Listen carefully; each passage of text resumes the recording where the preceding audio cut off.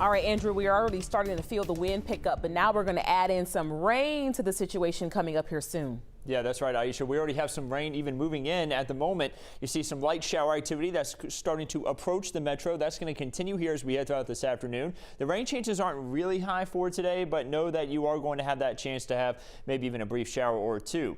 Now, this storm is still way far away from us. Something that we're going to remember about, Nicole, is the fact that it was so big. Look at all these rain bands all the way up even into the Outer Banks of North Carolina, stretching way down into the Gulf. This is a giant system, so there's a lot of storm surge well up through the Georgia coastline, South Carolina, and even North Carolina coastline.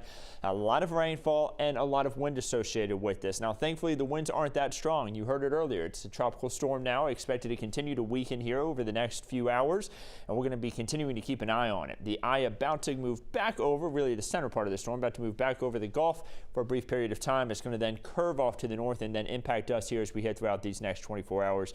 You can see mainly into tomorrow morning with 35-mile-per-hour winds just south and east of the Atlanta metro. Now, the center of the storm just closer on towards Clearwater, Florida. It's going to be making its way again just over the Gulf, approaching the St. Marks area there along the Panhandle. By the time we get to 7 p.m. today, 45-mile-per-hour sustained winds there, so it's going to weaken just a little bit. Right now, it has 50-mile-per-hour sustained winds.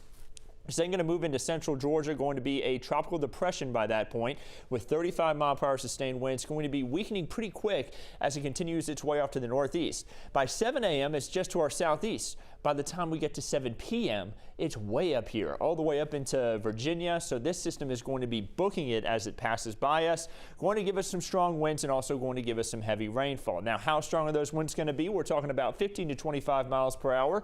Gusts could be up to 40. Now, here's why that could be significant.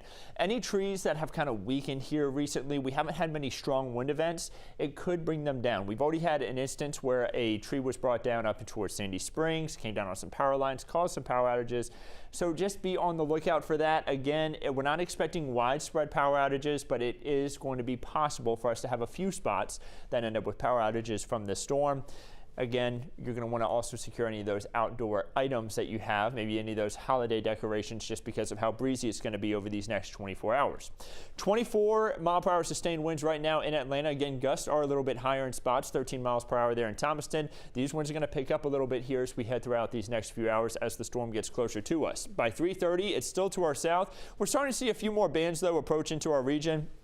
By 8 p.m., you see the heavier rain just to our south. That's going to be just south of Thomaston, getting closer on even towards Macon with the heavier rainfall. And then it gets closer on up into our region. Watch that timeline there. By 11:30 p.m., we see some heavy rain. And as you head into that morning commute tomorrow, it's going to be a soaker and it is going to be breezy. By 6 a.m., you see how wet it is all the way through the Atlanta metro.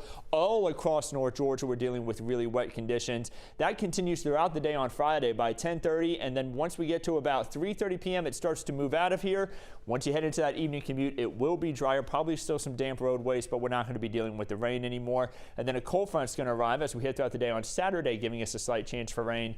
Sunday and Monday will be drier. So how much rain do we get from this? We're talking about anywhere from 1 inch to 3 inches. Some isolated spots may end up seeing more rainfall. That should help us push back this drought that just continues to worsen. And then with all the rain and the wind, we're likely going to see a few more leaves fall off those trees. Here's your 7-day forecast showing that rain throughout the day Friday. Cold there for Sunday and Monday, though, with lows in the 30s and highs in the 50s, Aisha. Andrew, thank you.